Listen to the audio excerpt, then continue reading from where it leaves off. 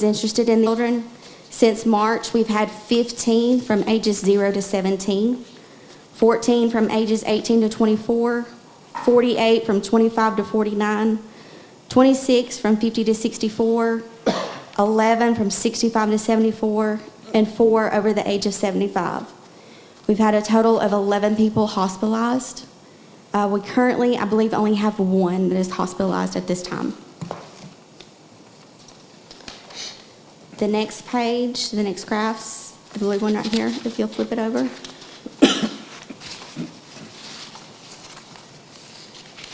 This is just, the first one is just a graph showing the positive cases by date. Of course, this is always going to increase because you're going to have positives by date.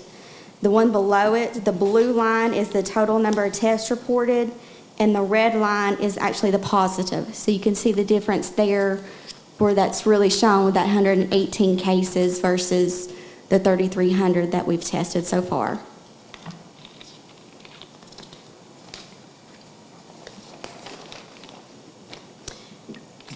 And then on the very back page, I think I got stapled wrong, is just another graph showing that the number of tests reported versus the number of confirmed cases. The blue line is the reported, and then the positives, of course, down below. Very minimal for Swain County. And I wanted to bring this to you like this is, we at the health department need to get away from reporting just numbers because everybody's focusing on the number, and we need to look at the trends for Swain County. So what I'm proposing is on Mondays and Thursdays, we do a report, and we can do the numbers, but we're going to include these graphs. Okay. And we are only going to report on Mondays and Thursdays. We're not going to have a daily report. That takes a considerable amount of time for my staff to do that, and we're being overrun right now, so this will help with that. But it also helps show with these graphs for the public to see that visual. So I am proposing to do that on Mondays and Thursdays. Also with that, the state has contracted with CCNC with the state for the CCTC. It's a Community Contact Tracing Collaborative Group. And what that is it is a group of individuals in the state. There's a couple stationed in the western North Carolina. And what they do is once we enter a contact into the database, they take it from there. They do all the contacting, the tracing, everything for that person. They will call, email, or text that person 2 or 3 times during that 14-day period quarantine. So that takes that burden off of us. We will continue contacting and talking with all positives in the county. We will keep track of that. We're not turning that over to anybody. So that's something that we're working on. Also, I wanted to let you know just a few updates really quick that go with COVID. September 12th, Dr. Castor through Smoky Mountain Urgent Care is going to do a drive-through COVID clinic. It's going to be from 1:30 till 4. We're going to have it at the State Employees Credit Union around back where the drive-through is. It's covered. So we're going to help him with that. Blue Ridge Health has also mentioned that they want to do a drive-through event, and if they would like our help, we will help them with that as well. And of course, we're continuing to work with the school system daily with all of their plans, as well as the Discovery or the charter school, anybody that calls and asks us. On a side note, just to let you know, on-site, if you get calls for on-site in Wells, we are 6 weeks behind. And that number is growing. And that is across Western North Carolina, those numbers are growing. Transylvania counties is at least 8 weeks right now. That was a lot of information to throw at you. I apologize.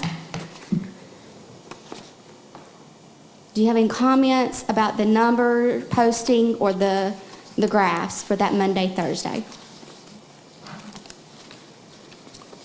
I like the graphs. I think that's helpful. People understand it, and I really like the when you started putting the active cases. The active cases. Yes. That's helpful too. Yeah. Yes. Thank you. The graphs may look a little different. We're trying to decide if we're going to do bar graphs, line graphs, something of that nature, but this is just an example of what that would look like.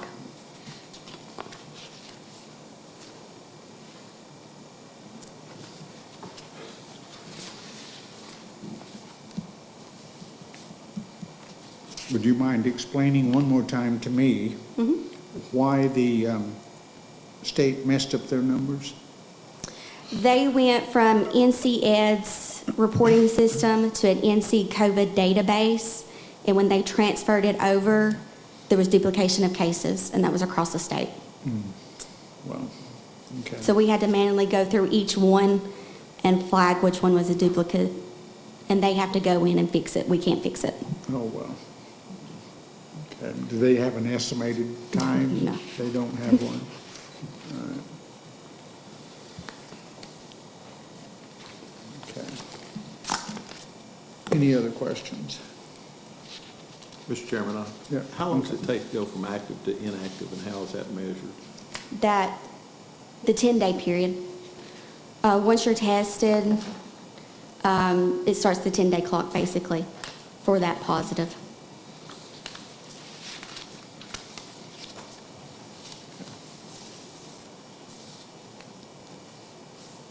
And the tests right now are 3 to 5 days coming back. It's been shortened. It has been Okay. shortened. There's less tests being done across the state at this time. Okay.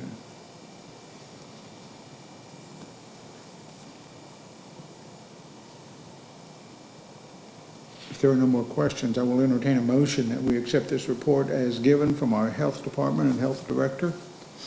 I'll make that motion. Okay, we have a motion on the floor to accept this report as given, and we have a second on the floor. So we have a motion and a second on the floor. Any other questions or any other concerns? If not, then those who approve accepting this report, please manifest by raising your right hand, and we do so unanimously. Thank you. Thank you very much.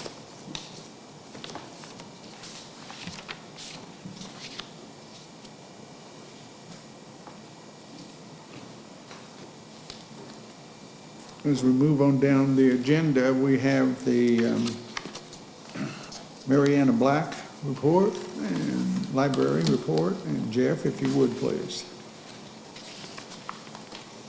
How are y'all doing? Good. Good. Quite a lengthy report I submitted to Cindy last week, and I'm just going to go through some highlights. If I skip something that you read and have a question about, please interrupt me. I'm going to try to go in order of the pages that I have here. So we had some personnel changes, a number of personnel changes since I last saw you all or reported to you all. One person who was promoted was Benjamin Ossoff. He was librarian assistant 1 in circulation, and he went up to librarian 2. And so did Ginger Robeson. And that left 2 circulation positions open. We hired Debbie Crisp and Bobby Sue Smiley about a year ago, September of 2019. They're both library assistant 1s, again in the circulation department. Our youth services person, Carrie Reed, resigned last October. And as an aside, she went to Cherokee Schools, as did Mindy Ledford last year, and I'm glad for them both because they're both being paid much more to work for Cherokee Schools than they work for the library. But just an aside of the salaries that we can offer at the library. We were lucky enough to get Alexis Vachon. She was hired as the new youth services library assistant 2. She started working last December.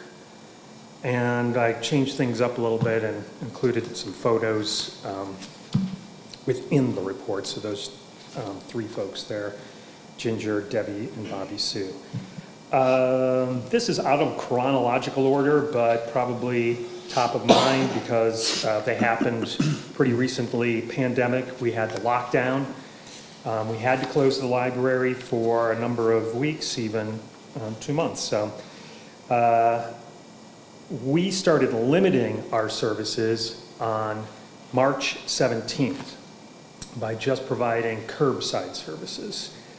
And that was on a Tuesday. We made that decision on Monday, I guess the 16th, that's what we're going to start doing. And, you know, we all know it just kind of like went from there. We had no idea. We thought we were going to do curbside for a month or weeks, and we ended up being closed the next Monday. We did not reopen starting Monday, March 23rd. All Fontana Regional Libraries closed. We encouraged patrons to drop off items. Actually, we didn't encourage them to drop off items. We encouraged them to keep all of their items. And we waived all fines, of course, until after we reopened. In fact, we even did an amnesty after we reopened. So even if you had fines from any time during the year or even last year, we waived those fines as well. In an offering of goodwill from the library. So we reopened with curbside service on May 18th. And the way we were doing curbside services even that 1 week back in March and then starting in May was really we were just offering to bring out books that library patrons had already placed on hold. So once the item was available, we call the patron, they come in, they call us, we go to their car, get their library card, bring it back in, check out the items. So it's kind of a long process, but we're happy to do it. It was very safe, and our patrons were actually very happy that we were doing it too. Then on June 1st, we opened up to the public again. We started, and actually we are continuing even today to do appointments. So at the top of each hour, the library, we take appointments for patrons to come in at the top of each hour. So at 10 a.m., we'll take up to 15 people to come into the library. And they stay, those who come at 10 a.m. stay for 45 minutes or less. And during the 15 minutes that the library is empty, we go and kind of clean up after, disinfect where folks were sitting, and then we open again at the top of the next hour. We do make exceptions for folks who need to use computers for more than an hour. Some folks are doing job applications or working on schoolwork or for any reason, actually, anyone who needs to use a computer for more than an hour, or if you feel like you need to browse books for more than an hour, we'll allow it. But this is the way we're starting out, 45-minute appointments. And we're kind of monitoring movement in the library. We need to know where to clean after folks leave. So we've also changed the flow of the library. So those who knew the old flow, you'd come into the front door and you could go to the stacks or go to the children's area, do whatever you need to do, go to the checkout desk. Well, that checkout desk, there's kind of a hallway or kind of not a very deep area, so we didn't want there to be any bottleneck there. We moved all circulation to our meeting room, our auditorium, so folks check out books there and then use that door as the exit. So we let folks in one way, they exit another way. And for those of you who know, that's equidistant to the parking lot. Both doors are pretty much equal to the parking lot. If, for some reason, someone parks, or for a reason, park in the handicap spot, we'll let those folks out the door to get back to their car without having to walk all the way around the library. So while we were closed, of course, we didn't offer many services other than electronic services, and those actually went pretty well. So our Wi-Fi was well used, and a lot of electronic books were checked out, and magazines, e-audios, and our video streaming service. And I have a little graph here of the increases during those few months while we were limiting services and the increases. The canopy there, that 82% increase is a little bit wonky because we didn't even have Canopy. The Canopy was a brand new service in March of last year. But we did see, if you looked at the charts, you did see an increase while we were closed. Any questions on how we're doing COVID closings or new workflows or anything like that before I move on to the fire? Okay, so we reopened and we were kind of doing what we were doing, and then Monday after we were closed for 4th of July weekend, so July 6th, there was a small electrical fire in the break room of the library. We don't know exactly when it started. I know I was called at about 6:45 in the morning. So probably sometime between 6:30 and 6:45 is when it started. The fire did not last long. You all know that the fire department is a block away from the library. I could, on a good day, throw a Frisbee from the library front lawn to hit the fire department, you know. So we were very lucky for that. I said on a good day.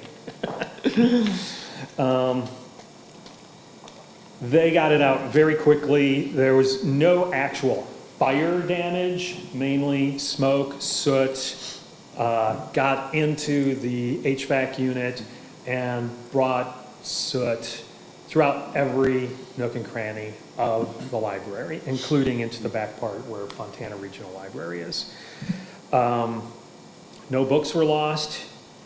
Even the books that were really close to the source of the fire, where in the hallway there, we have a storage area, and those books were cleaned very well by ServPro. Well, ServPro was hired basically that very day. They came in, gave an estimate. They were cleaning the next day, so that'd be July 7th. All the ducting had to be cleaned. The floors had to be shampooed and cleaned. Every surface basically had to be cleaned. If you walked with a white glove anywhere in the library, there was soot. And the library had to close for 2 weeks to have ServPro clean up, which, you know, any other era of the library, of my profession as a librarian, if you were to tell me the library has to close for 2 weeks, I would have said, well, how are we going to do that? That's just impossible. But we were just running up after being closed for 2 months, so it just wasn't quite the same kind of psychological, like, how are we going to do this, you know? So we were closed. I went into work most days, basically every day. The AC was turned off, so there was no comfortable air flowing in the library. So in the mornings it was not so bad, but by 3 in the afternoon it was about 90 degrees in the library. But it also was right at that time where a budget cycle was ending and a new budget cycle was beginning. And we had to kind of do that work as well. There's just no way that we could have just skipped that for 2 weeks. So we did a lot of that work during that time. And I helped some patrons too. So we reopened on the 20th. There's still work being done. They're not done yet. They just put the carpet in the hallway and put a new floor down. And today they were there, and they're just about done with everything in the cleanup part. By they, I mean ServPro. ServPro did a great job, very professional. I think they were great, Kevin, and I'm glad that I'm really glad that you all hired them and we worked with them, and I hope it worked out well for you all too. You know, Sean was good, easy to work with.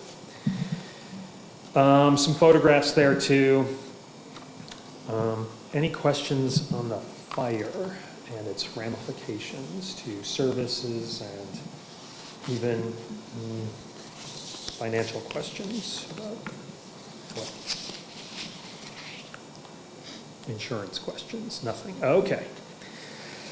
So in years past, I started doing different types of activities that we do. They're based on our own long-range plan, which includes education, employment and economy, connectivity, health. Yeah, they're in that order basically.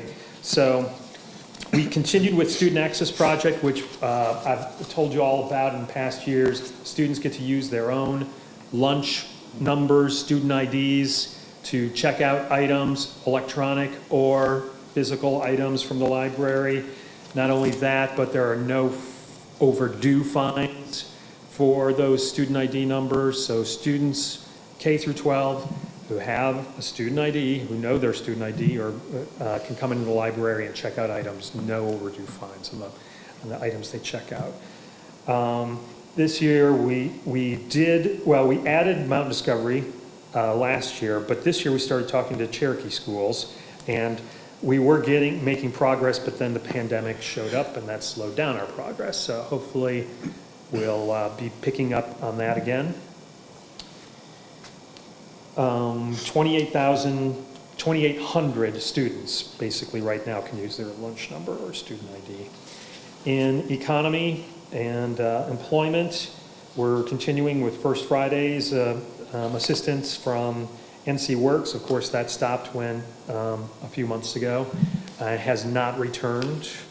The library doesn't have a meeting room anymore because that's where our circulation area is now. So NC Works has not returned to the library. Not that they were meeting in that room, but it's just everything is just different now. And while we're just making appointments, if someone called and said they really made an appointment and wanted to meet with an NC Works representative, we would definitely facilitate that and make that happen.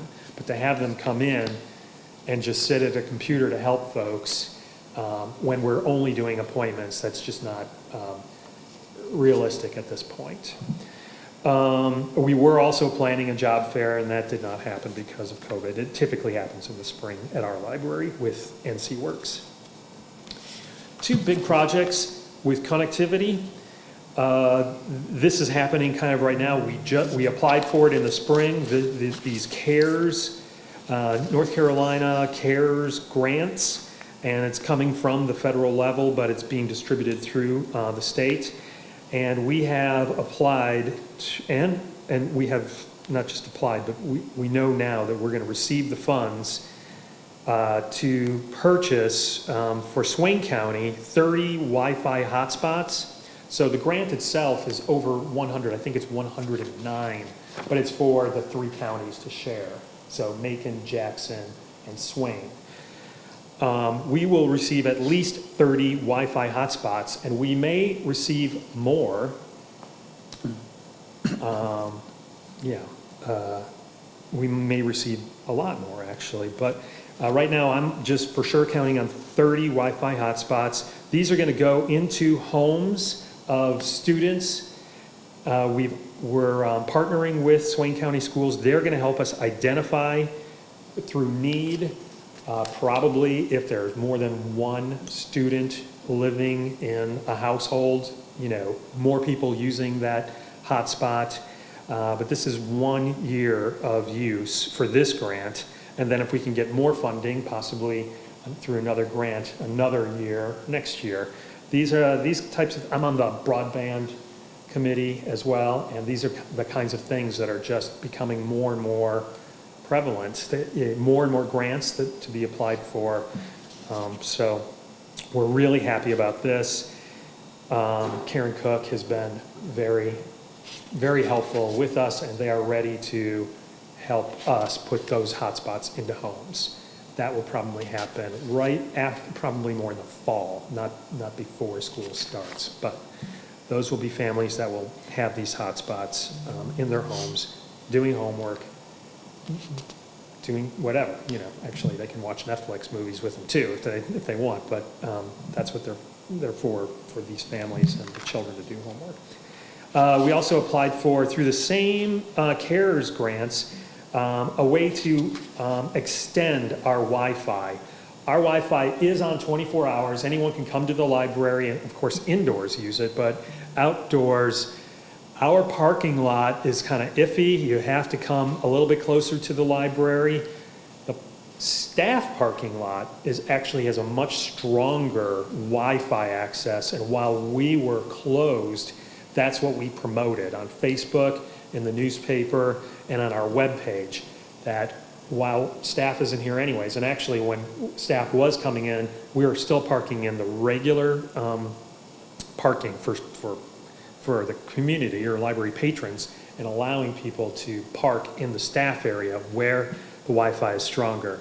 That won't be needed anymore. We applied for this grant, and we will be able to extend our Wi-Fi into our parking lot and further. It won't be a stronger, it won't be more bandwidth, it'll just be stronger. It'll go farther. So we're really happy about this with the connectivity activities that are going on. Any questions about that? You just answered my question. Okay, that I'm happy? That you're very happy. How far out can people park from your, You get a slight signal in our parking lot right now. Is that what you mean? yes. And after this grant, where do you hope that you can reach? Well, we'll be able to put a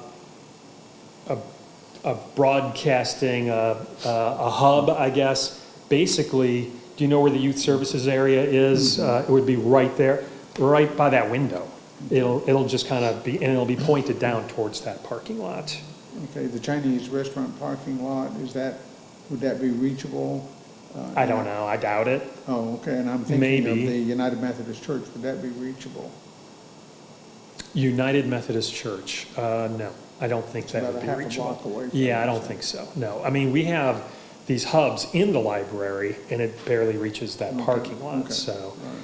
But it's also going through brick right now, so it's gonna be up by a window, so maybe, I don't think so, but I don't know. Well, I just wanted to have a general idea how far it would reach and Yeah. where someone, if they wanted their kids to Right. be able to use it. Go to that parking lot, or where the Restoration House and that parking lot right in that area. Right, Yeah, right. Okay. I can honestly say I don't know. Well, but, yeah. Restoration House is United Methodist Church. Yeah, right, but that parking lot is what you're talking The about. back parking lot. Yeah, yeah. Okay. We want, I don't think I can answer that question until it's installed, until it's actually working. I can ask my IT guy, and he'll probably say, I don't know, or I doubt it too, you know, until it's installed. Okay, thank you. Uh-huh. Any other questions? We did some health-related activities, including an Alzheimer's and dementia awareness program that was provided out of Asheville. They came into the library, and we did some Affordable Care Act open enrollment. We did one huge event on December 13th, right before it was going to close, and they got a lot going on that day. And the blood drives are what I wanted to bring up too. Even though we were closed in April and May, and kind of in part of June too, we had a blood drive scheduled, I think, for April 10th. April 10th, that's probably right on here. And I called up the person from the American Red Cross, let him know that we were still going to do it. He was very excited that we were still going to do it because other organizations had been canceling their blood drives, and at that time, their bus had gone off the road, or their mobile unit had gone off the road. I just saw it the other day, so I'm glad to see it's back on the road. So not only did we do the one that we were scheduled for in April, because it was super successful, and I was right there kind of observing the success of it. We were closed, and his name is John, and I just said, John, you know, we can do this again next week or in 2 weeks. And so we scheduled 3 more right there for May, and I think we did 2 in May and 1 in June. But we did way more blood drives than we had scheduled at the first of the year. And we've done at least 1 per month since then. And since we started a year ago, we've had 7 completed blood drives with 160 units have been collected. And community involvement, we're both, I have staff members, and I am on various groups and committees in the community. And we had this really neat thing, this governor's regional engagement session that happened last year in November. Governor Cooper's Office of Public Engagement, they chose our library. We're the only location in the western area that they did this with, at least in that year. I know you were there, Roger. I know Kevin was there. It was really very interesting thing. 70 people showed up. really nice to have it at the library. The yearbook digitization, I threw this in here because I think most of you all actually graduated from Swain High, and now you can look at your yearbooks online. They've all been digitized from 1945 to 1969. Big project, actually. I have a link here. If you have a digital version of this, and it actually has something you can click on it, it'll bring you to all the yearbooks. We have one exception, and if you all know anyone who has 1946, I think it would be the highlight in 1946. They changed to the Ridge Runner in like 1949 or something. But if you all know anyone who would have a 1946 yearbook, that's a gap in what we have. Let me know. Other programs, last year, we did a ton of programs last year, and then everything stopped, in March. Had a great showing of a movie, The Mountain Miner. It was, a great community showing. We had the director show up and the producer of the movie. They took questions afterwards, and there was music afterwards, too. STEAM programs were popular. There's Miss Alexis doing robotics. And this summer, we had to postpone or cancel all of our indoor summer learning programs, activities. That's usually one of our busiest, most successful activities of the whole year. Last year, for example, we had 118 children sign up, and this year only 25 children signed up for summer learning. That has a lot to do with us not being able to get into schools, to promote it, to literally put sign up or registration forms into the hands of children. But we did the best we could. We I forgot a graph, but we did online programming. Miss Alexis provided online videos every week with stories and crafts. We know, because you can look at the amount of hits and engagements on Facebook and YouTube, that there was engagement with those videos. So we were happy about that. We also purchased some third-party online programs for summer learning. And we are just now experimenting with real-time, like Zoom programs through the American Red Cross. They've reached out to us, and they want to do. We've scheduled it. Be Ready preparedness programs. We're doing these in the next month or so. I don't have that in the report because we hadn't done it yet, but I do know that it's coming up, and we'll see how real-time Zoom programs that you have to sign up for, register for, show up, ask questions, be engaged with an actual program. We'll see how those go. It'll be an experiment. We'll see. I'll report on that next year.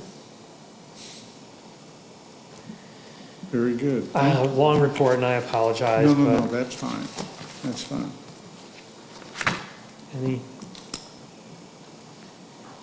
Okay, any questions before we accept this report?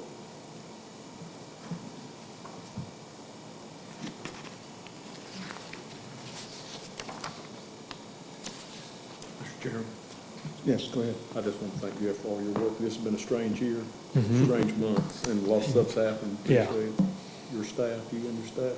Huh? Appreciate you and your staff. Well, thank you. Thank you. I know it's been a strange, difficult year.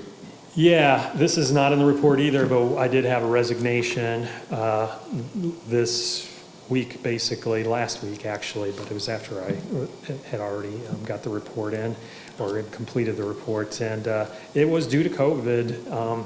She said as soon as it hit 100, she wouldn't feel safe anymore, and she didn't really want to come in anymore, so I understand. We all have our own tolerances, our risk tolerances, so we'll see how we're going to train a new staff member at 6 feet. We'll figure that one out too. Well, and I will tell you that My wife is probably one of your biggest supporters, Yeah, I know. and I she saw her. walked with me through all of this stuff that you're reporting on now, is what was going on, what was happening, et cetera. So, Mm-hmm. kept fairly abreast of what was happening with your Yeah, library, and I appreciate that very much. yeah, yeah. Okay. You have the report in front of you, you have the librarian in front of you. I will entertain a motion to accept this report as given. I'll make a motion to set this report to give. We have a motion and a second on the floor. All those who accept this report as given, please raise your right hand.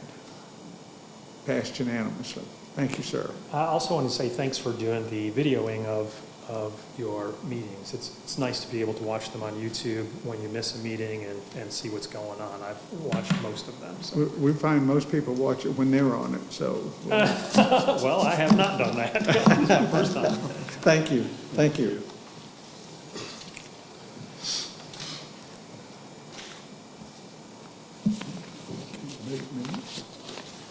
So before you have budget amendment number 1 for the 2020 and 21 fiscal year, and we'll just go down the list. The first is the Sheriff's Department.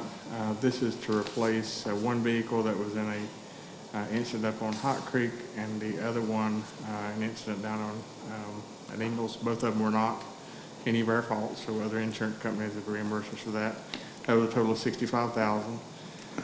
Then we had a Governor's Crime Commission grant for some Viper radios, which is included in that, and also additional COVID-related expenses for a total in the Sheriff's Office of $157,000.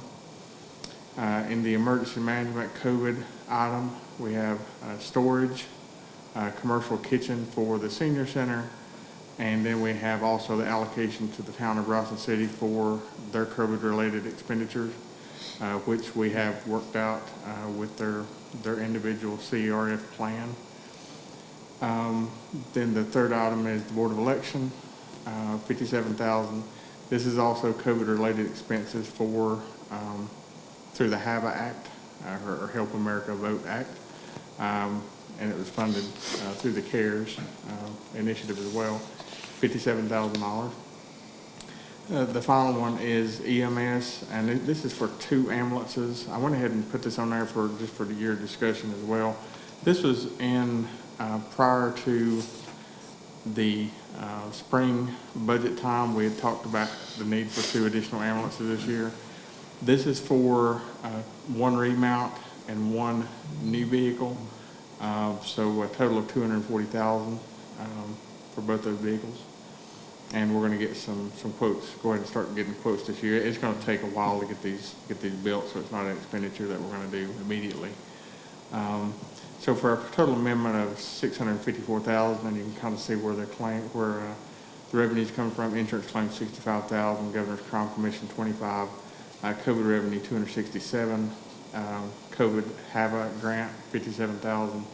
And contingency, which we placed that money into that line item in the spring of $240,000, and that was a total of $654,000.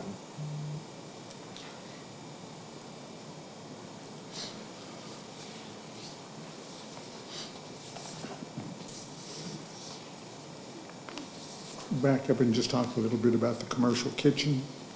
Yes, so one thing we identified early on is that we've had an increase from like 40 people to over 250 people each day that are getting like the Meals on Wheels program.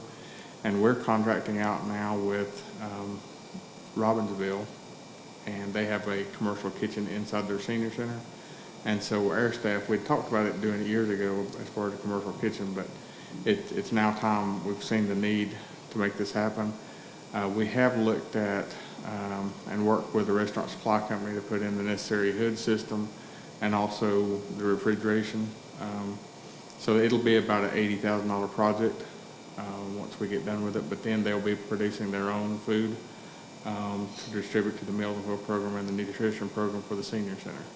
Is there a sense now of working with the sheriff's office and meals for the sheriff's office? You mean having this facility work with the sheriff's office or vice versa, excuse me? Right, yes, that's what I mean. You know, we contract out with a private company, and, you know, all this time, what happens is the senior center gets and I'm not sure what grant program it's through, they have to contract out and get a per meal price. And I think the last time, they were working with the sheriff's office, or that company that provides Right. food for the sheriff's office. Right. And I think the last time the amount went over what they could afford. And so I think that's why they kind of pulled out a few years ago. Plus, there was always issues with, having two sets of menus, because they have a more strict dietary requirement, at the senior center than they do, at the jail.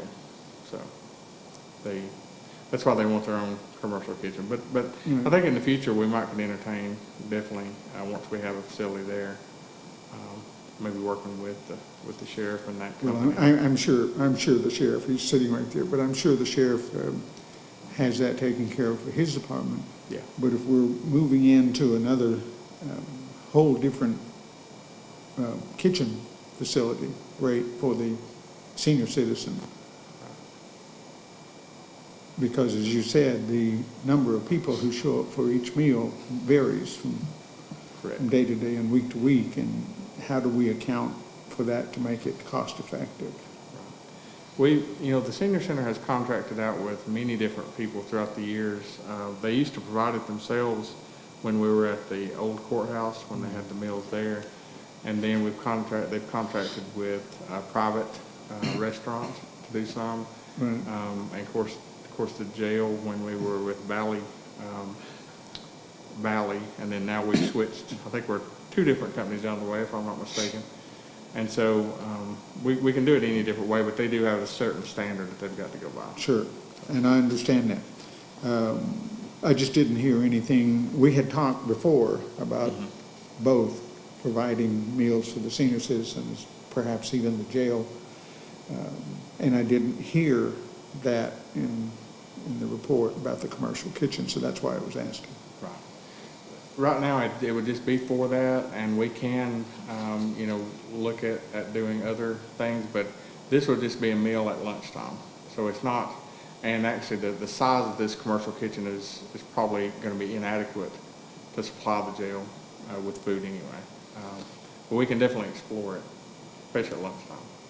Right, so when you say a commercial kitchen, you're talking stove, freezer, refrigerator, et It'll be a cetera? walk-in freezer, walk-in cooler. It'll have a 4-foot by 8-foot hood that'll have a stove underneath it, stove and griddle and things like that, probably a fryer, all underneath the hood. Good. I think we've been talking about the necessity of this for a while, and so I'm glad to hear that it's moving forward.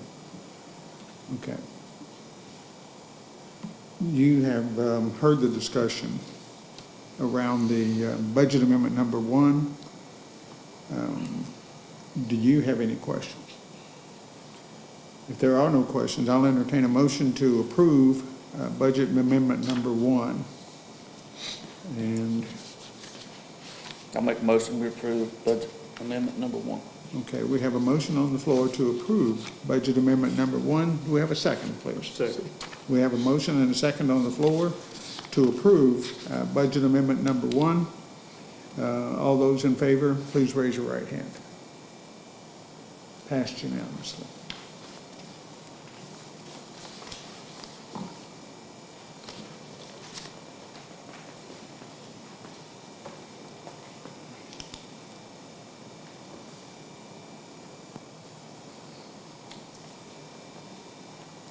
We are at item number 4, public comments. I have in my hand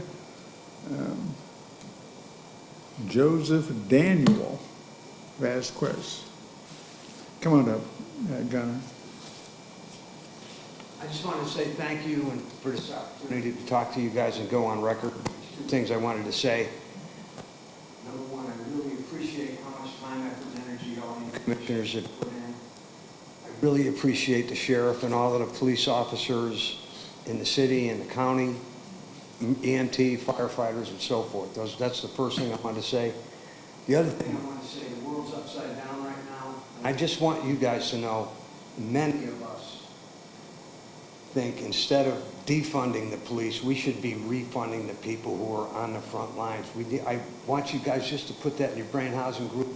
We should be the first county in the country to say, we're not going to defund the police or whatever, the people that support that police, we're going to refund them. They work hard, they're underpaid.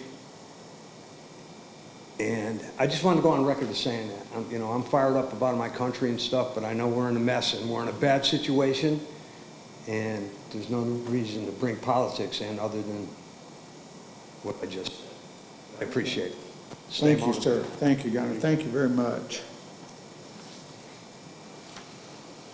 He was the only one that signed up for public comment. So we will move on down to item number 5, and that's the action items, the minutes. July the 9th was a regular session. July the 23rd was a work session. You have those minutes before you, and I hope you read them. Any corrections or any additions or subtractions you would like to see for those? If there are none, then we will take, and if you have no objection, we will take both sets of minutes and approve them.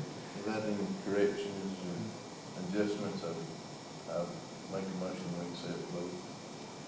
Thank you very much. Sets of minutes. Okay, thank you very much. We have the minutes for the regular session and the work session, approving both at this time. You've had them before the meeting.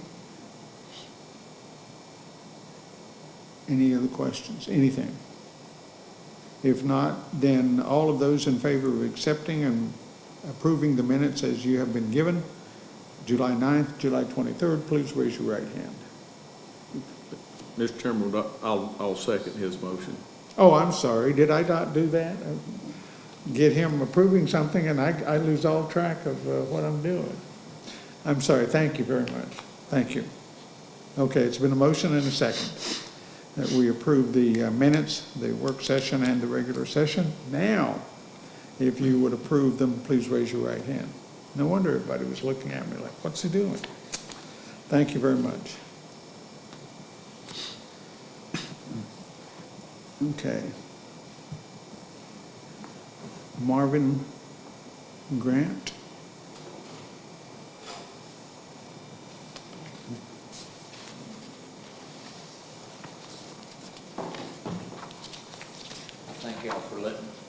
Thank y'all for letting me air my views on this. And I've got a little more information. If you'd allow me, I'll hand it out to you.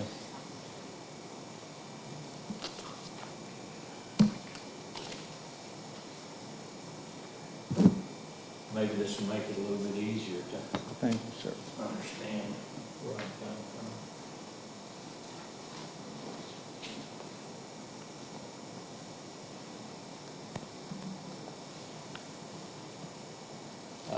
Excuse me just a moment.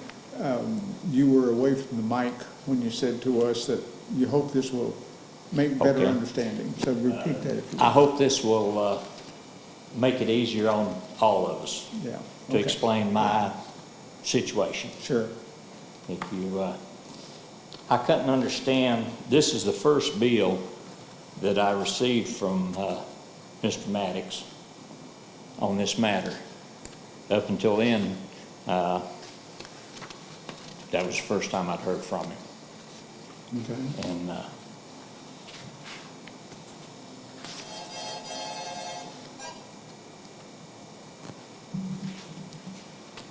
Would you mind, Marvin, to take this letter again and share it with us and what your concerns are regarding the letter? on my letter, Yes. yes. right. Well, I'll just read right from it. if Sure. that- thank you for giving me the opportunity to express my truthful sentiments concerning my property tax situation. I'm not in denial that I owe back taxes. However, had several serious medical issues and cannot work. I've been in remission for the past 2 years, so I'm able to work partially. I have through the past year in Swain County paid the Swain County Tax Department $14,268.99. I believe it shows considerable effort on my part since I only draw $650 a month Social Security. I received my first statement from Jonathan Max the week of the 13th of July informing me that I owed his office $1,459.17 payable by cashier's check to the end of July, or he would move forward with tax foreclosure on my properties and payment plan would be suspended. I have no idea what he did to earn this money since I never received a statement or legal notice pertaining to it.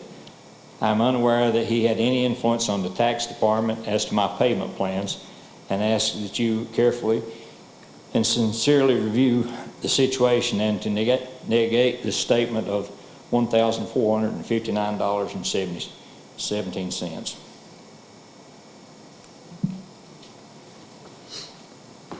And then the pertinent information are the copies that I just gave you.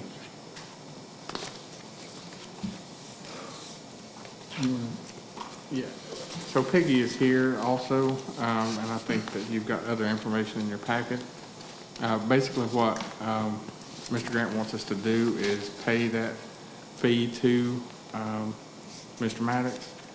And this is kind of the second, I guess, situation we've had. One was in January, which was kind of a different scenario, which we did take care of the legal issues, legal fees on that particular one.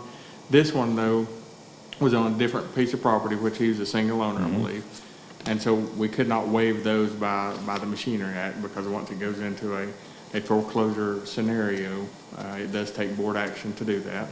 But Peggy is here if you have any questions, pertaining to that, or if you want to, think about this between now and the work session, we can bring it back up at the work session to one, where you can look at all the information you've got. We just wanted Marvin to come in before you and kind of give his thought process, and then for y'all to make a decision. I am concerned about something that he said, and I want to know the truth of it, or how one would explain it. And that's that this is the first communication that's been made with him regarding this. And I can't answer for Mr. Maddox nor Peggy, but she's here if you'd like to ask her, the question. We hire Mr. Maddox to do all of the back tax foreclosures for us, or actually a portion of them. And so he kind of does that for the county on a contract basis. And so I can't answer that question as far as what he has or has not done. Mr. Maddox. Okay. From your office, Peggy, he would have been informed that he was in back arrears of the taxes. Okay. Then you turn it over to Maddox, and he responds from his office then with what he's been hired to do. Okay. You had something. I didn't understand why Mr. Maddox would call my neighbors on the George Morgan property. I own a partial of that. I didn't understand why he would call the neighbors and ask them if they were interested in buying it, because it would be real cheap. But now Peggy called me and asked if I was interested in selling it on the Morgan property, which I definitely would, because hopefully if I could get what money I've put into it, that would pay the rest of my taxes. And Peggy's been real nice about, she knows I'm poverty stricken, and she said, you've got to pay something every month. And so that's what I've been doing. But I never received, now Peggy told me that I owed Maddox, but I never received any paperwork. Now, the second time on the Morgan property, he sent me a packet on Friday, and then the sheriff's department called me on Monday, and I went out and picked up the same packet on the George Morgan property. But the rest of mine, I never heard a word from him. May I ask a question? This was the first letter you got about foreclosure. Yes.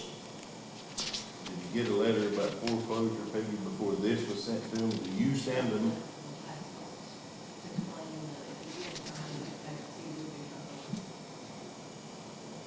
He wouldn't be turned over, but has he been trying to pay his taxes monthly or when he could, or he hadn't paid monthly, but because, well, I see the checks on the back that he had paid these others, and I doubt he could pay them monthly, but I mean, he was paying pretty big chunks at a time. When somebody does that, do we take that into consideration? All of them.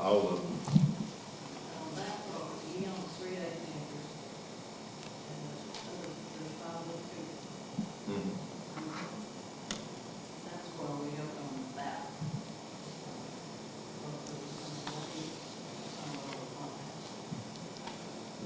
I thought the George Morgan property was in the initial payment when I paid the first taxes, but it wasn't. So that's how I got on that. But these are considerable amounts that he's paid this year trying to catch up. For me, it's very considerable.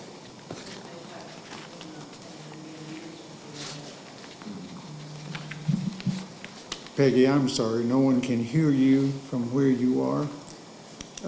If you don't mind, you can use Kevin's mic.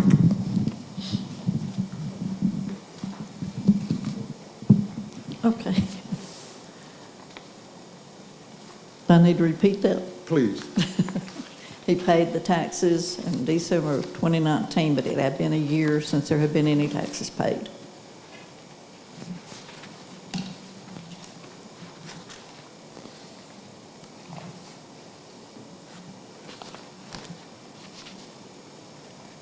He paid in December 2019. Right. There's a check here that shows that. That's for the Morgan property, the one I just gave you, the one on the copy. That's not had anything to do with his personal property. He's an heir on the George Morgan property. And that's the one he paid off.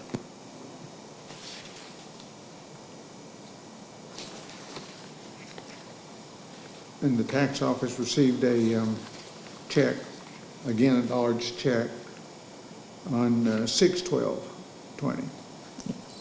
But you're saying that's a different piece of property? It is a separate piece of property.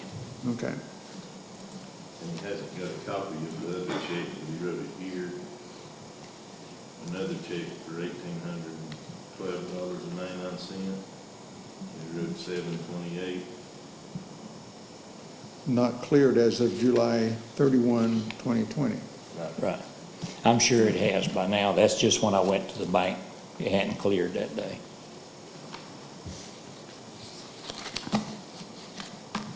Okay, just answer me that this other check 1007 for $1,812.99,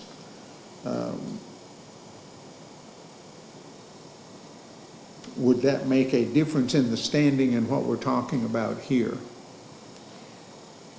Okay, I've not got that right in front of me, I'm sorry. Which one? What page you on? On what he handed out, I'm on page 4. The $3,400 check. The 1812.99 check.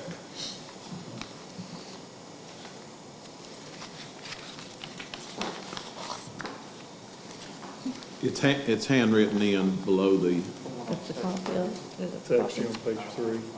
Oh. This one. No, this one. Okay, I don't have that copy. Okay. I don't have any of that. This is on the George Morgan property, but I don't have anything on the 181299. Check number 107. I don't have that one. I don't have a copy or anything of that one. Right, and that's what we're saying, it's a he hand noted the check and the check number and that kind of thing. So your office does not have that, or you haven't had it coming into this meeting? No, sir. Okay. I think it's been deposited, she just doesn't have a copy of the actual check itself, but because I remember, I think that was the day that you came in. Yes, talked to it me. was. I think you went right over there and made Got that it payment. at that time. So I think that one, we're not, but I think that was on his regular property, not the George Morgan property, I think. Right, You'd already called it the 3,500 right. check was the last one for the George Morgan property, and then the 1,800 was on his current bill, which is, bills like the 18,235.70 in your packet right there. Right. So I think that's what he paid Right. on the 30th.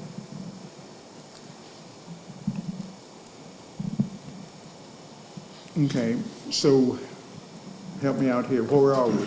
What's going on He here? doesn't, he realizes he still owes the 18,235.70, but he just wants us to waive the, logger fee of the 1459 number.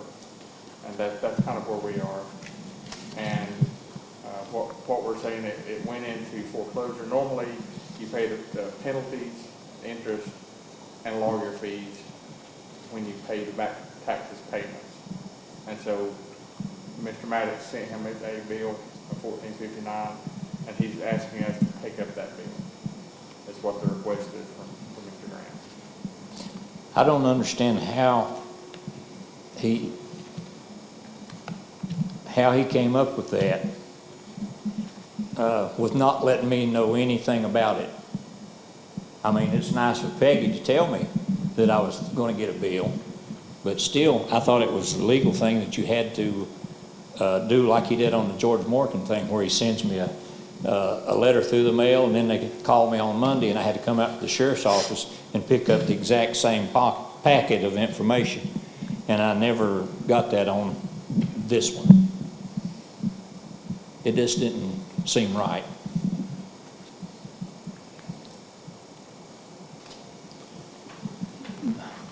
I'm not well versed in legal, but $175 an hour for a title search seems excessive to me. If you could do that on a computer in 15 minutes.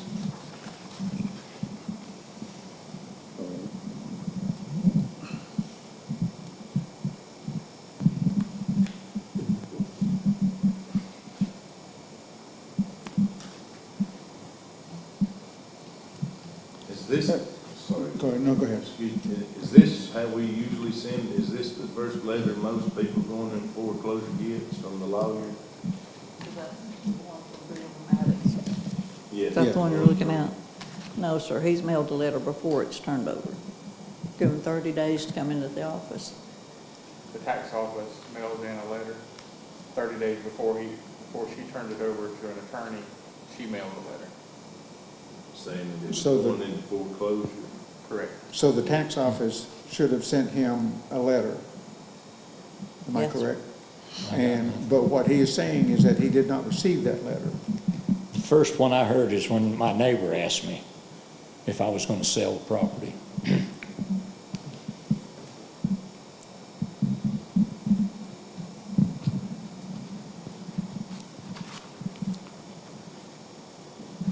What I would like to do, and it's up to the board here, but what I would like to do is go ahead and table this until the work session so that we can gather some more information and understand more clearly what is going on. Now, he has told us that he had not received any previous notification. And taking him at his word at this particular time, you would have a record of something you sent out to him. Yes, sir, we should. Okay, so, commissioners, can we table this until the next meeting where we can gather some further information? by acclamation, or you want to make a motion on that?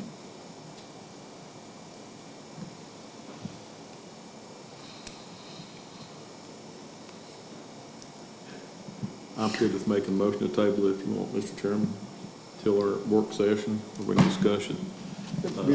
Get the, Excuse me, I'm sorry. Because this is a more of a legal issue than anything else, I want us to be on record with everything that we're doing. right. So, I think Peg would be able to provide the information of sending out the letter 30 days ahead of time. So I'll make the motion to table.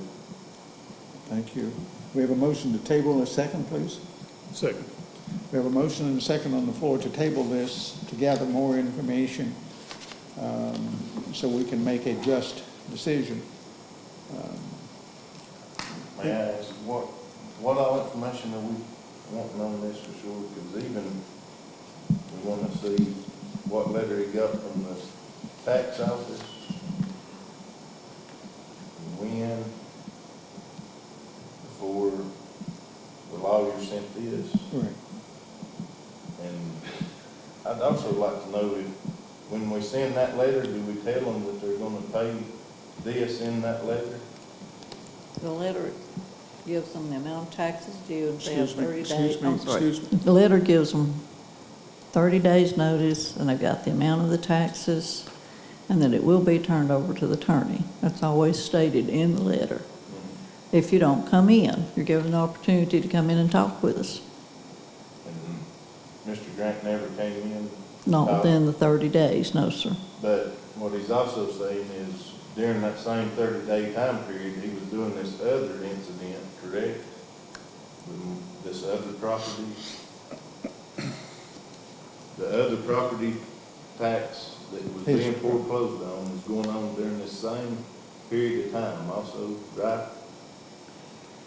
This one was before the George Morgan, because it says I have dismissed the George Morgan on this letter. But the Right. other foreclosure was before that.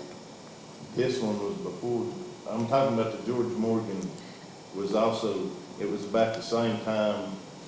This was immediately afterwards, correct? So he was down at the tax office probably within 30 days also. The tax But we were foreclosure, only talking about the one property then. That's part of my understanding from my own personal conversations with Marvin also, that he was down there paying and taking care of the one, and if he'd known, he could have started taking care of some more of this, and then he got this letter. He thought that they were all together. See what I mean? He came down and dealt with the Morgan property. And while he was dealing with that, he felt like he should have been talked to more about this at the same time. Is that correct, Norman? Yeah, That was part of my understanding. that's kind of the way I was understanding it. But it's also, it's a little, I'm trying to figure out the lawyer's letter here, because is the lawyer fees included with the taxes? no, sir. The lawyer's fees are not collected until it's foreclosed on. So what if he paid his taxes but didn't pay the lawyer fee?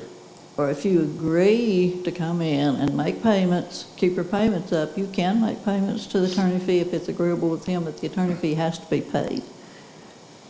So if he paid all his taxes off, but he didn't pay this $1,459 to the lawyer? He could still foreclose on his property and get his money. The attorney fee has nothing to do with the tax office whatsoever. Well, that's what I'm saying. Nothing. If That's he pays his between, taxes, then how can you foreclose on him for a lawyer fee? That's kind of what's weird to me, is that would be up between him and the lawyer, not him, the tax office, and the lawyer. Well, I think there's a motion and a second on the floor to table this until next meeting that will allow us to gather that kind of information and find out what is going on here so that we understand it. So that's the motion and the second on the floor. All in favor of, Mr. Chairman? Yes, sir. Is that gonna affect anything between now and then? I mean, do we have time to table it and not take care of it immediately between the tax office? It's not gonna incur interest, I the was- lawyer. fees? No, there's no interest on the attorney fees, but I told Jonathan I would contact him in the morning. So I'll call him and tell him that you all ask to table it till the next meeting, and I don't think he'll have a problem with that.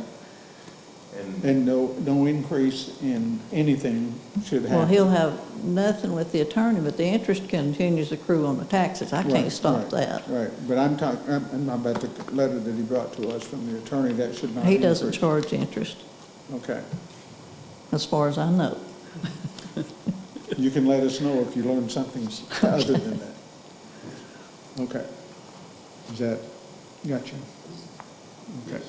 All those in favor of tabling this to gather more information until the next meeting, please raise your right hand. Okay, so moved, so carried. Thank y'all for your time. Thank you. Kevin. Thank you.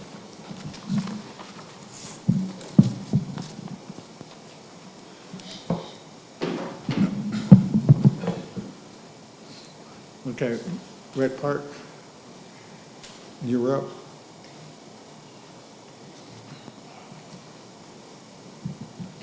I'll go ahead and start first before Jim Douthit gets here. I know we've had several conversations about pool renovation, and I think Kevin went over some stuff at one of the last meetings, and you guys wanted to hear from Steering Advisory Committee, what they thought, what the thoughts were, so we can take the next step as far as getting this project going. Right, okay, great. Thank you, Jim. Thank you, Mr. Chairman. Mr. Douthit? Thank you, Mr. Chairman, Commissioners, Mr. King. In May 18th, which was on Monday, your advisory committee met, and we discussed this pool. And it was a rather lengthy situation at that time. Mr. Parsons was present at that time, so Roger knows what we discussed. In front of you, and you've got a packet and everything else, the renovation on the pool or work on the pool, we discussed the zero entry for citizens with disability, which has been needed in that pool for years. And the plan you have in front of you and everything else, which we discussed, is roughly around $380,000. And that's a tremendous expense for this county. I know Mr. Chairman's are looking for that information right now. I think you've discussed it before and everything else, but during that,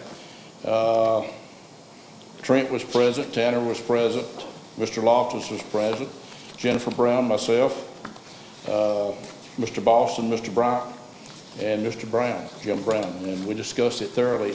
And we settled on a option number 2 on recommendation of the renovation of the pool itself.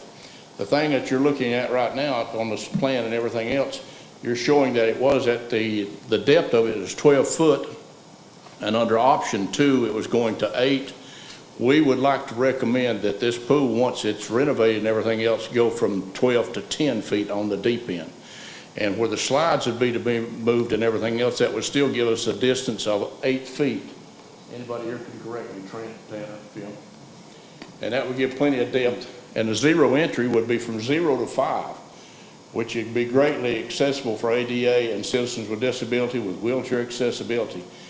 And this pool would be a great addition to the county and give more use for people in the county. So we'd like to recommend this pool, this design option number 2, to you for consideration. I know it's $380,000, and I've been told by numerous commissioners, I understand, if we do this, and even Jim told us in the last meeting that we had earlier, last month, that was on 4 August, that if we do this, if you do this, that any other programs or anything else on these buildings and grounds up there at the Recreation Department probably won't have no funding for it. And the only concern I had there was, I know this is a lot of money, but you've still got maintenance that you'd have to do on the existing facilities, which would be different than if you went in there and tried to rebuild something, put a new roof on something. We understand that. Jim told me a minute ago, I wrote it down, that we talked about a liner. The liner would not be in it now. It would be a gunite and plaster, which in my opinion would be much better. Trent, Tanner, do you have anything to say on that? Jim? So we're here just to make a recommendation that we'd like to recommend to the Swain County Board of Commissioners to review this plan, approve this plan, and let's get this operation under consideration and get it going and hopefully open by May next year with the renovation. I know you may not do anything on it tonight, so any questions you have for us? Any questions? It was voted unanimous by the entire board. Okay. We discussed it. I'll go back to my notes here and everything else on May the 18th. It was voted unanimous. On 4 August, we discussed it again. It was voted unanimous by the board. We have been having discussions. Kevin King, do you see any problem with going from the depth that we had looked at to 10 feet on your plan? I don't think there'll be a problem. We're also gonna be looking at, the length as well, a little bit, to see if we can add possibly 7 more feet to where you can have some, competitions at some point in the future. That's one thing we did not take in Right. consideration, and some folks have looked at it, and so anyway, we'll be looking at that as well, so. So even high school tournaments could be held? Yeah, it's gotta be a little bit longer. I had a comment actually sent to me today about it, so, we're gonna look at, that's not the final, design. I mean, it is the layout, but it's Right. not necessarily the final construction document design. So it'll give us enough going. Right now, the process is we have to send out an RFP, or request for proposal, and then, we've got enough information to go ahead and do that. If the board would like to do that tonight, you can, say, get the RFP ready and send it out, and we can go ahead and put it in the paper. And, as far as seeking bids and things like that, because all we have now is the informal bid process, and so we've got to go through a formal bid process, which is going to take a few weeks. So we can go ahead and do that before we even do a budget amendment. Right here, you've got, I gave to you this piece of paper. Basically, it's just a funding plan. In your email, you'll probably notice I sent a letter to the Tourism Development Authority asking for $50,000 today. I also talked with their chairman, and so they're going to bring it up there at their next meeting to look at helping us fund this. Some of this. In our discussions, in our discussions, if I recall correctly, we had a possible funding plan for this particular project. Correct, yes.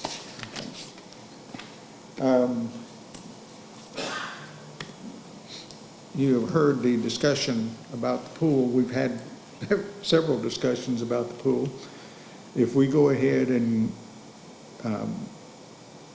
say we're interested in doing this, is that all you need to start the Yeah. RFP process? Yep, just a motion that you approve this, and you can even reference this funding plan along with this particular layout. And like I say, we'll maybe do some modification, but this is the general layout. The 8 to 10 feet, that's no big deal. It would just be less gravel. Right, okay, 8 to 10 feet on the depth and the width. Do you have the room out there to do that? It'd be the length, and it's only 7 feet, so we'll have to talk with the engineer, and it may not be feasible. This pool was put on a very marshy area, and so I don't know if we extend outside the current footprint, is it going to be feasible? I don't know if it'll go up. It may not go up any. If it goes up significantly, then I would say no. My recommendation would be no, but there may be some soil borings to determine if it's going to be feasible to go outside the current curtain of the pool. So. Okay, all right. With that understanding, if the commissioners agree that we move forward with this project, I'll need a motion to that effect and second. Mr. Chairman, I'll make a motion, we move forward with the project. Okay. And I'd also like to thank the board. I was there, and they painstakingly went through the different plans and had much discussion. This is one they came up with. With James, I don't doubt it a bit, I can tell you. So. Painstakingly, I'm putting in, again, emphasize. Okay, we have a motion on the floor. Can I hear a second, please? A second.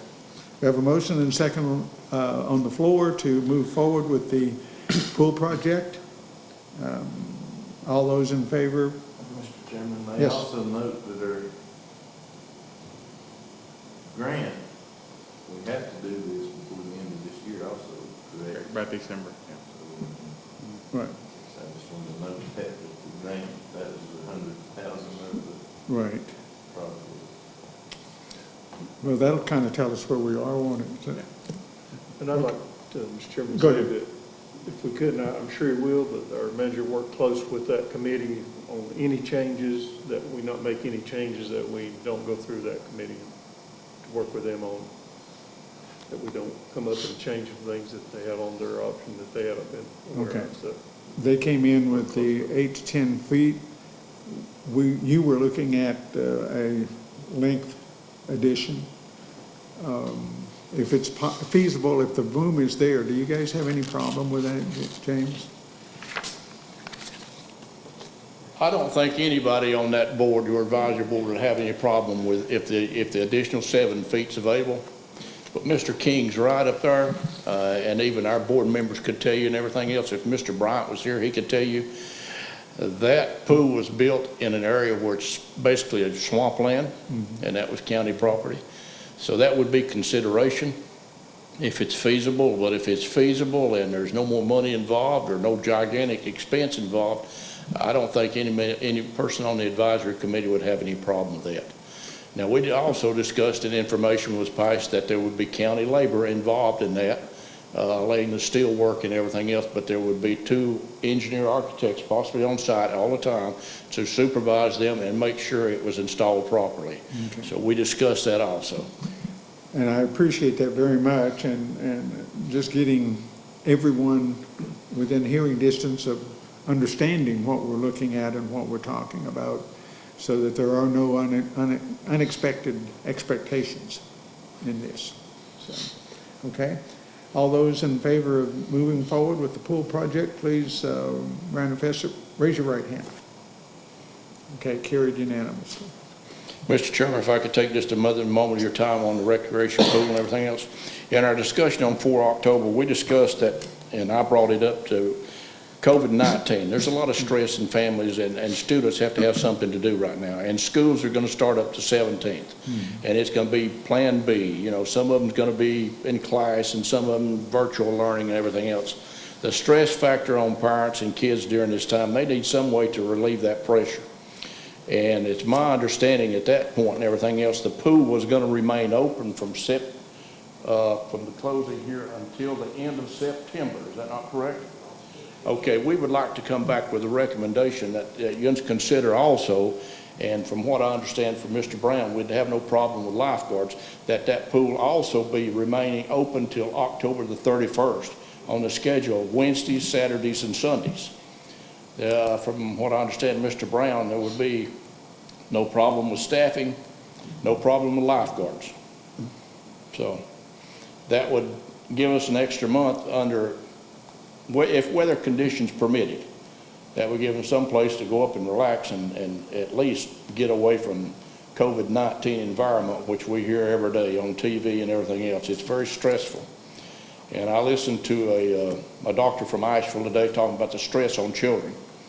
And he said it's the negative impact of COVID-19. The disease itself is bad, but just the stress itself on these children is affecting them.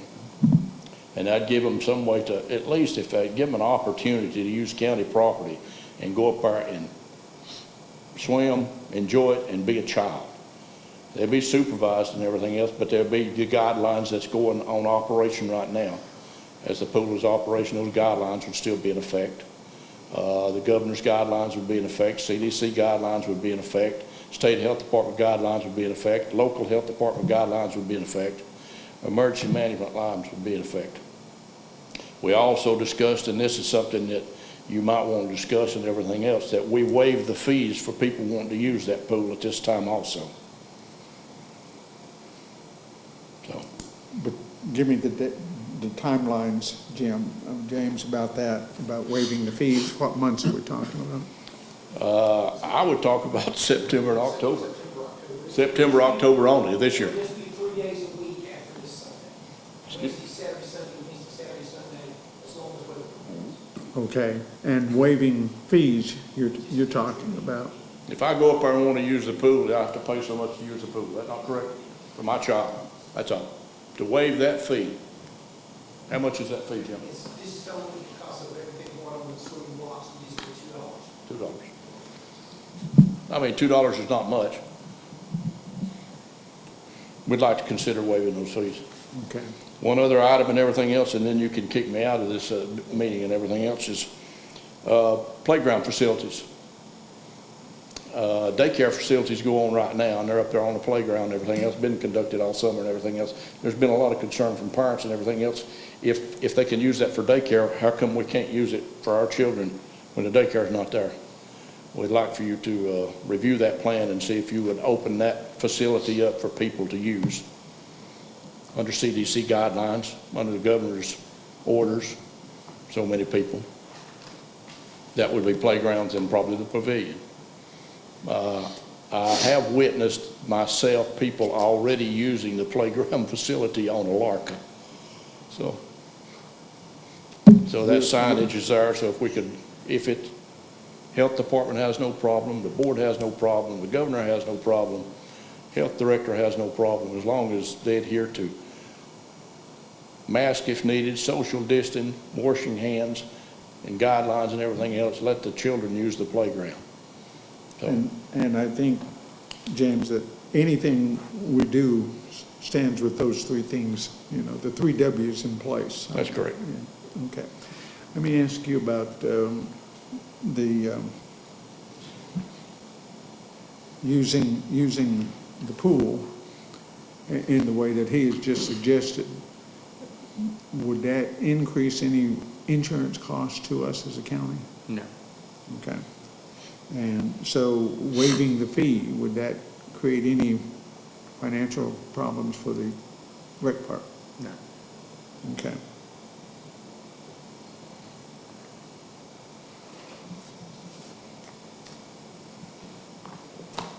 Sounds like you guys have been doing some work. It's what you pay us for. That's why you make the big bucks, so come on. I had to say that. Do you have any more questions, Mr. Chairman or Commissioners? Do you have any questions? Well, no, we thank you very much for the information and for keeping us updated and in on your plans. So, Okay, our next meeting will be on 8 September at 6 p.m. You're welcome to attend. give me that date again. 8 September, 6 p.m. Hopefully right here in this building. We will be practicing social distancing and wearing a mask also. Okay. Okay? We do it. Mr. King, if you hear anything else on that 7-foot you need to bring to our attention, holler at Jim and he can get in touch with us and we'll have call a meeting and discuss it if it's necessary. Okay? Thank you, sir. Good. Thank you. Thank you. I'll ask the commissioners, you've heard his request on a couple of things, the fee waiver, no problems with the insurance, the playground for the families, and the pool staying open until the end of September. What's your pleasure? Do you want to do it now, or you want to wait until we? I think we ought to go ahead and make a decision on it. I think we ought to do exactly as they recommended. Okay, so I take that as a motion. I'll make a motion. Okay, we have a motion on the floor. Yeah, Jim? End of October. I said September, okay. So it's, okay, so the end of October. Okay, we have a motion on the floor that the recommendations. By executive order of the governor, playgrounds are closed. So I don't think he has lifted that. he's not lifted it. Okay. So they just brought us some false information. Excuse me, James. We don't want it overridden. If you remember what I said there, based on any government, Okay, government okay. recommendations, if he had made that recommendations, and we will, But we cannot override anything that the governor has mandated. We want to make that very sure and clear on that. But if, why can't we? well, I'm kidding, of course, that's a joke, guys. I think the law gives you the right to strengthen the requirements, but not delete them items to make them less stringent than what they are. Right. If the governor has an order, or somebody has an order based upon the laws, state or whatever, that you have a right to go in and amend them as long as you increase that order where it's higher than the original order. We cannot do that. I don't think this group cannot. I don't think this board can at this I don't believe you situation. can either. And that was said in jest anyway. So, Yeah, I understand that. Yeah. But let me ask the health director, you said what was closed under the governor's mandate? Phase 2, I think, is still, the playgrounds is still listed as being closed. But that could be looked up on the executive order, it would be listed. How many people are allowed to, I'll ask this question, under the governor's orders, how many people are to assemble under the governor's order at this time? 10. 10? Is it, 10 inside, 25 outside. 25 outside? 10 inside, 25 outside.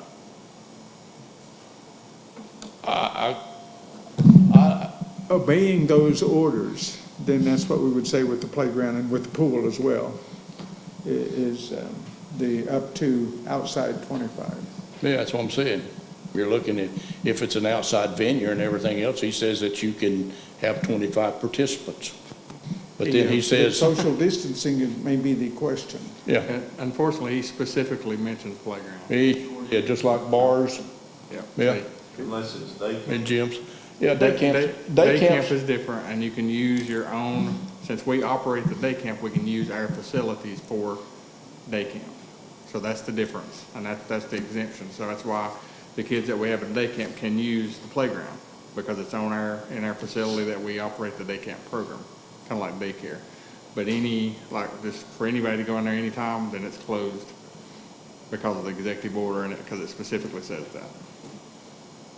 So for day camp, as long as they pay to go to day camp, they can play on the playground. Correct. Okay, we're not going to solve everything tonight, James. Thank you very much for. Commissioner Parton, I understand what you're saying. I'm sitting here thinking, okay, yeah. One way you can do it, but the other way you can't do it. Okay. Right. So that would actually say, okay, the playgrounds are still closed, and the pavilion would still be closed, I'm assuming. Ball fields would still be open at that point. Why would the pavilion be closed? What was your question, ma'am? Why would the pavilion still be closed? We did it because they're connected to the playground. So that specific one, what about the one at home? Both have. But what if you're not using the playground? What if you had like your family, 6, 8 people wanting to go down there, just get together and stop and eat burger, but none of them gonna be on the playground? I'm talking about adults, you know. But if they get paid to use the playground, why can't we charge $2 for kids to go on the playground? What's different? That's a legal question. Well, I'm going to apologize because this meeting is being recorded and people can't hear you from back there. So if you would just come up and say what you said into the microphone. How social distance? I was just saying the pavilion thing, like you say, if a group of family members or whatever, 6, 8, 10 people wanted to go use that pavilion to sit down and eat a meal together, why couldn't they do that? And the adults are more likely not going to get on the playground. I understand they're hooked together, but the public can't have that. Well, I think that one of the things that you have to go back and do is look and review the governor's order, because he Understand. does mention family units. And family units who live together aren't going to affect each other. No. So that wouldn't be a problem in my mind. And the reason I'm asking that is I had a lady, I guess it was a family reunion, got canceled because of it. She was a what? There was a family reunion, supposed to have been at the pavilion.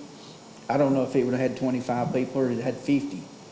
But they came by there and saw all those kids there, and then they started raising a ruckus, wanting to know why that if all those kids were there, numbering more than 25, then why couldn't the general public use it? Well, And of course, I didn't have an answer to tell her because I didn't know what that was. Right. In my estimation, and this is my estimation only, when the governor talks about a family unit, he's talking about an immediate family unit. Sure.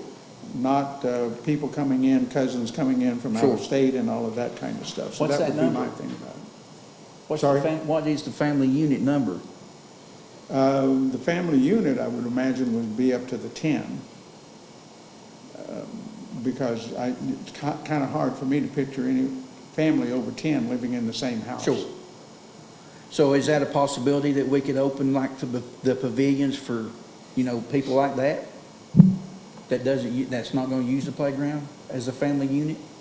If they were a family unit under the Guidelines? guidelines and the definitions of the governor, I would think that you're fine. And another thing I wanted to add to that fee waiving for the pool is, some people are still unemployed, drawing whatever. Well, I think we've approved the fee Yeah, waiver. I just wanted to clarify that. I don't Right. know if we mentioned that or what. I don't want to step on Jimmy's toes, but Right. No, Yeah. I think that we've got that. And if I can call point of order, I want to get back to this and get this taken care of. Sure, So sure. anything we can answer afterwards would be fine. yeah, I just wanted to get my point on the pavilion thing. That's fine. Thank you. Uh-huh. Okay, we have a motion and a second on the floor to move forward with allowing the, what was it? So I don't know if you want to go back and amend it. I'll amend what I just said. So you want to waive the fees until October 31st on the pool, Yeah, Right.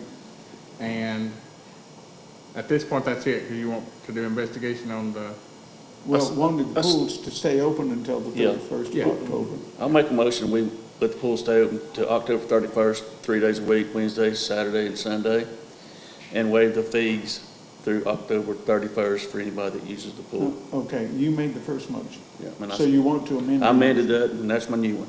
Okay, and who seconded that? Okay, so we do have a motion and a second on the floor. All those in favor, please raise your right hand.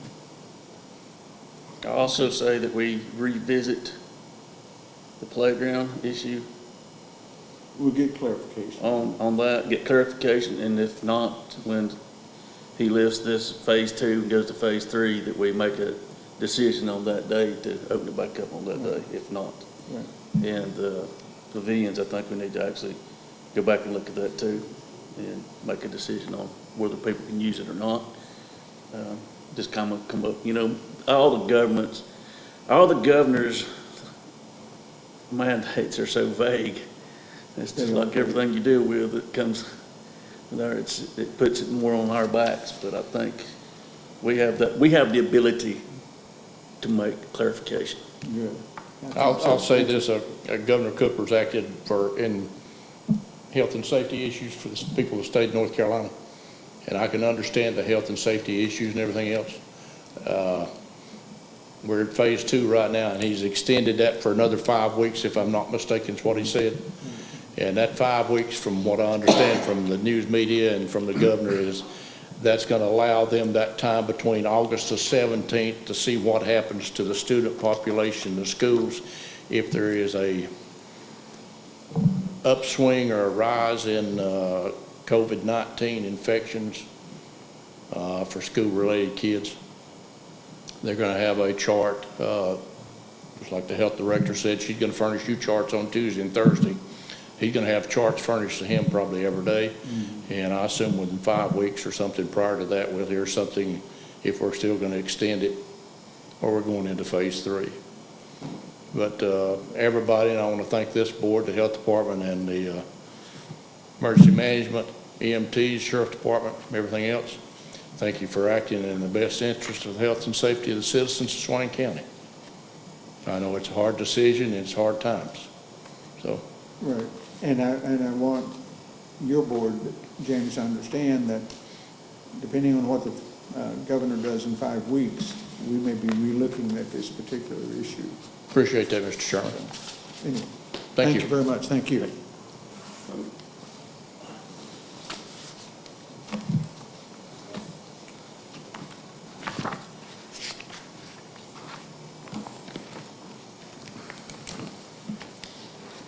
I lost my agenda.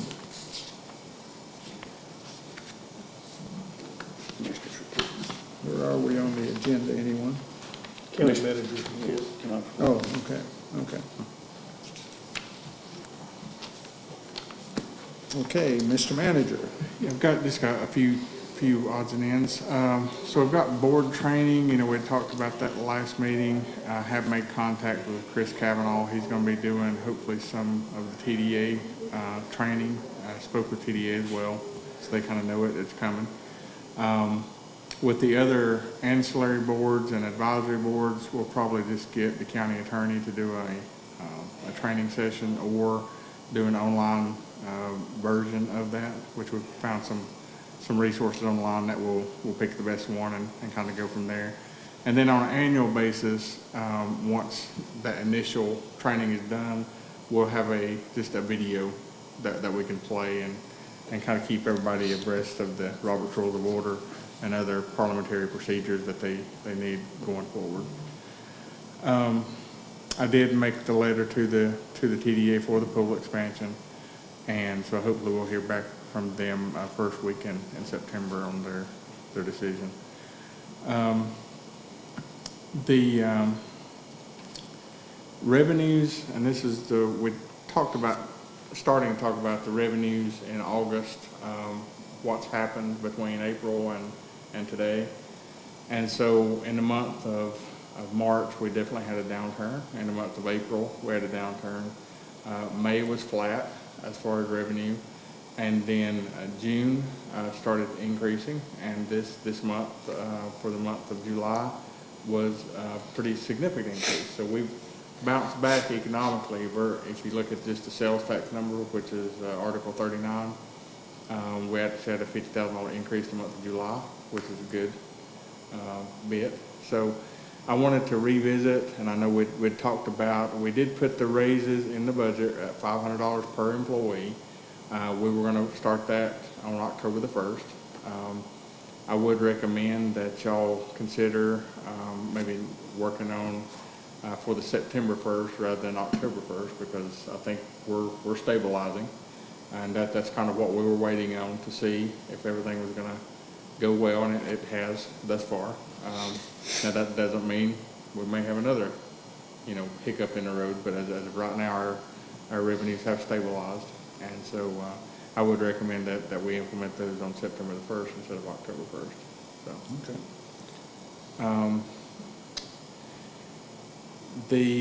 I'm trying to remember, and if anyone can help me out with this. When we approved the budget, did the budget say October instead of September, and do we need to change that? Yes, in the motion it did have October 1st, because that's what I said, so that would have to be amended to say September 1st. Okay, bring that back to us if you would, and we can do that. Okay. The TDA, have been wanting to meet with us, or with y'all about the relocation of possibly the Fly Fishing Museum and the Chamber of Commerce and selling that building. So, what I've talked to them a few times, that would still be technically against the executive order of more than 10 per room. So at this point, I was just kind of delaying that out to the phase 3 part, but they really want to have some dialogue. So what I was thinking was if we could have the chair and vice chair just meet with their chairperson just to kind of go over the feasibility of doing that, and myself and Marion Baker could be a part of it as well, just to kind of, is it even gonna be feasible? What are we talking about as far as money? Are they wanting an elevator? A lot of different stuff has to be asked. Whether, if the county staff is involved with the project, who's gonna be funding it? Are we gonna get a loan? A lot of different stuff needs to be asked. Yeah. And so just gonna ask this board if that would be feasible as a first, sit down and discuss some of the processes before the full boards can get together.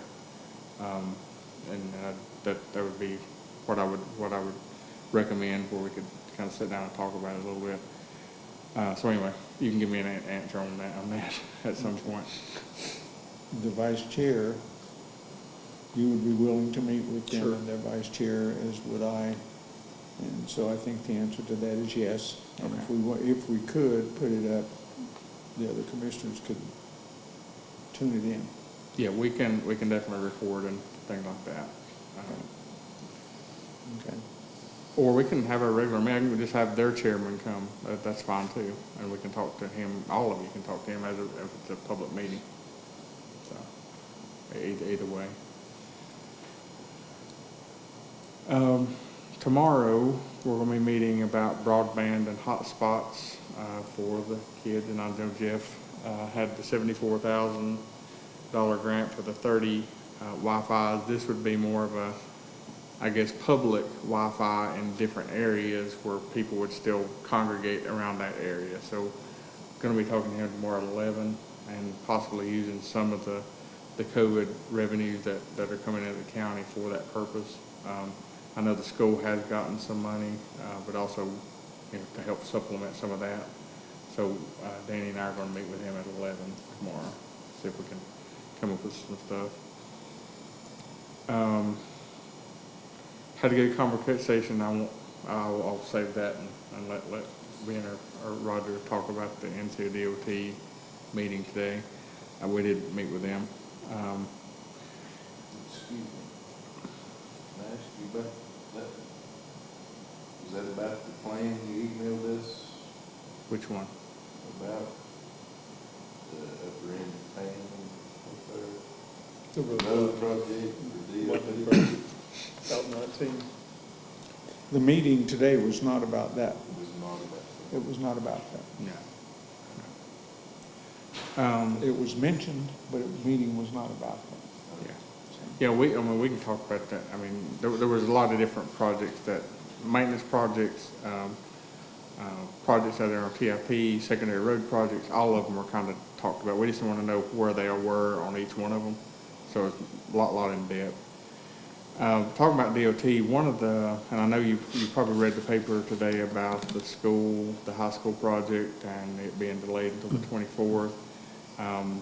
The carpet is one of the big issues, according, on the paper side as well. But also, we're still working with DOT on getting the official go-ahead on the flow of traffic.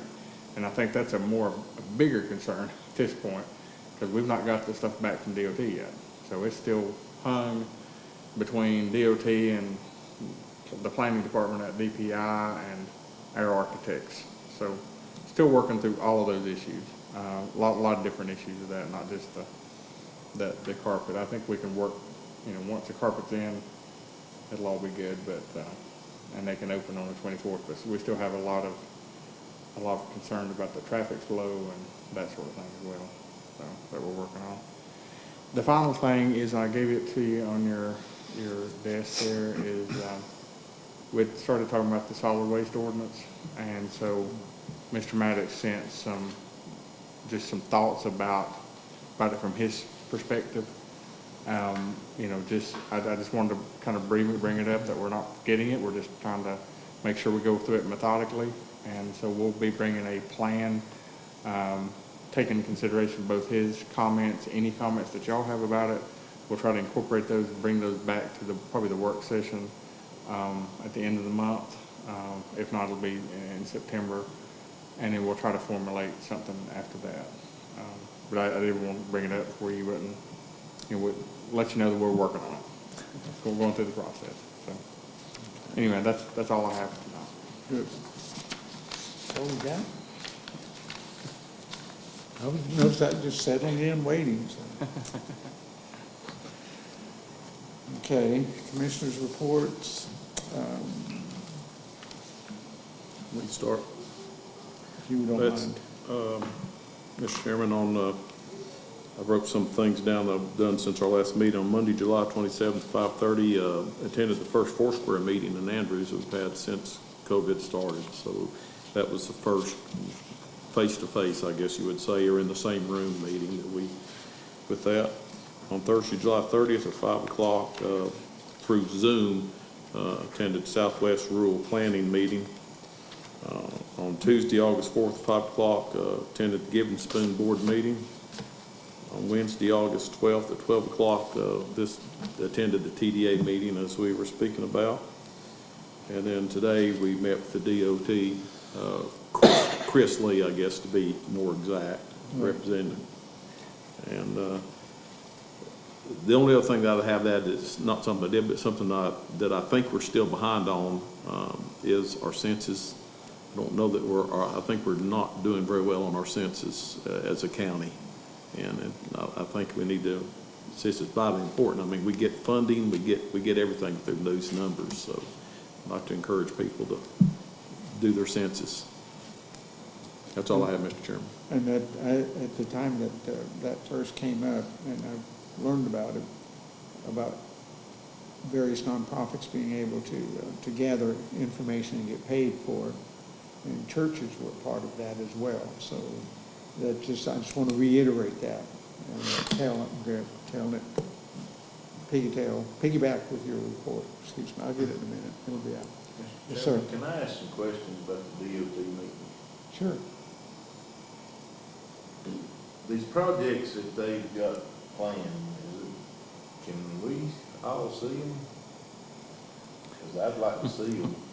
And I know that I missed some meetings back whenever they planned, but they planned these several years ago, correct? Yeah. I'll try to answer, then I'll let either one of you. There's not going to be a lot of projects done. The money's not there. Right. It seems like it's as much putting things in, did you use the term pipeline today? It's as much putting things in pipeline as this. I don't know if the money's available, but I'll let you guys jump on that now. Well, my concern is how much input do we have on some of these projects? I know we got the survey that you did about the 19 project. Is that a project that they're going ahead with? Is that something that we know anything about? So that, most of these projects were put in years ago, Right. and they've just kind of cycled through. And so like the 19 project, all the county asked for was a resurfacing project, Right. you know. And so I guess their interpretation is it's resurfacing and widening. And so that's where that initial analysis come from, where they would actually put a new bridge over the river and go up through there and widen all of the road all the way to Ela. And so we asked specifically about that and then where it was. It's still in a study phase, and right now, like I said, there is no money available for any big project at all. It's still going through the process of prioritization 6.0, which is this year's prioritization piece. But anything that we do or we try to get in is not going to be funded unless we can figure out how to fund it. And that was one of the questions we asked today. We were talking about like the Need More Road, which has been on the prioritization for a long time. We talked about Just Nations, which is a secondary road. And we're trying to figure out other mechanisms to make some of this happen. That's, these projects have been a long time. Also, we didn't talk about it today, but they're looking at doing a lot more pedestrian projects. And one of the ones that we've had on there is the sidewalk between town and the high school, which, that doesn't even require any right of way. I mean, it's already got. So that's just the funding piece. So there's a lot of stuff that's out there that we just can't get. We don't rank high enough priority-wise. And priority-wise by meaning there's not a fatality on the road. I mean, they even said that today. Said it today. Fatalities run the numbers on especially spot safety items. They are doing one spot safety up on Alarka Road where they're going to be putting in some guardrail. That did make it through. But other stuff like widening, some widening projects and things like that, it's not going to happen. There is no money.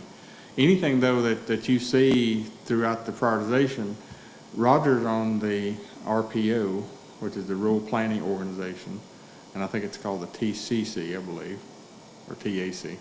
Anyway, the TCC, which is the Transportation Plan, I'm sorry, I can't remember the acronym. There's two different ones underneath the RPO, which is the Rural Planning Organization. I'm on the TAC and he's on the TCC, and I'm on the advisory part and he's on the commissioner appointee part. And so that's really where we get stuff onto the schedule, but only if the RPO approves it. So the RPO has to approve us getting something on, and these are just suggestions. And so a lot of the stuff this year wasn't, I don't even think we got much of anything on there. I think in fact, they were calling us, asking us if we had any additional ones that were on there prior to that they could add, almost the last day. But anyway, with the state budget and with the DOT budget specifically, you know, they have guidelines where they have a safety net. They have to keep $260 million in their general fund, and they can't dip below that. So with this, what's happened with this COVID, and you know, nobody buying as much gas. Or before COVID. Or before COVID, yeah. What was told us today was COVID, but I understand. But anyway, but it's now it's even worse, and so that's really the reason. But Well, my concern is not necessarily what we can get done, not right now. I mean, I know there's certain roads, like maybe the Needmore Road, people have been wanting for years, but like the 19, I don't know who wanted it, except we wanted resurfacing or something, and they went and done this study, or even going towards Deep Creek, where they can put Matisse old church house there, and it's gonna fix that section of road. But even that, I don't understand necessarily the fixing that section of road wasn't gonna help with the traffic and stuff, and I thought that was what we were trying to get stuff to help with traffic, or how do we go about making our priority list, like the school, the high school? Apparently that should be number one priority right now, right? and it is on the list. Did they say that they were going to push that? I don't think we discussed that today. We didn't discuss it, but it is on the list, and I've discussed it with him beforehand, and he said yes, definitely but they're going to this new program, and they're looking at what they call multimodal transportation models, and that's called a multimodal because it's got the traffic factor plus it's got pedestrian, and we were trying to add bike to it, a pedestrian/bike path, and so that one will score higher this next 6.0 priority. Oh, I mean, I was talking about the one at the high school. Oh, yeah. That Yeah. driveway. Yeah. The driveway from the high school and Floyd. I mean, to me, that, you said we haven't even got that back, and how do we get that priority number one? Well, now, I was just talking about the flow of traffic on the campus, but so what they're wanting to do is bring them in a different way, the cars in a different way, and the buses through the main entrance to kind of segregate the buses and the cars. But with that flow, they've got to keep the cars off of Fontana Road, you know, when they start backing up. So they're going to be cutting down next to Victory Baptist, and that's where they'll come in the high school at. And then the buses will come in the main entrance, and that'll segregate them out. So it's going to be totally redone. So all that traffic study has to be sent to DOT to get their blessing, I guess, and also Department of Public Instruction to get their sign off on it. And then we can start that process, because it's going to come, you know, here pretty soon. We've got to get this, you know, got to get the traffic pattern in there. And so that's what we're waiting on. It's not necessarily the road going behind the school, you know, we talked about, we did the plan. That's a totally separate deal. And that's eventually what we need, where the buses can go in one way and out the other. But that's a whole different funding model, and that wasn't what I was referencing. What I was referencing was just the flow of traffic just to get them into school, just the parents, parent drop off. Yeah. All right. So. Thank you. Well, and I still have concerns about projects such as the 19 project. Well. We've had discussions about it and citizens coming to us. Several told me they're moving because of the project, trying to sell their property and stuff. And I was just interested in that. That's the projects I want to know. If there's more of those, that they're going to be taking people's land and stuff to build and properties. And I think that was one of the things that we kind of had a discussion about, eminent domain. We didn't want any eminent domain. That's when it came out that the corridor 19 was a repaving rather than a redesign of the road.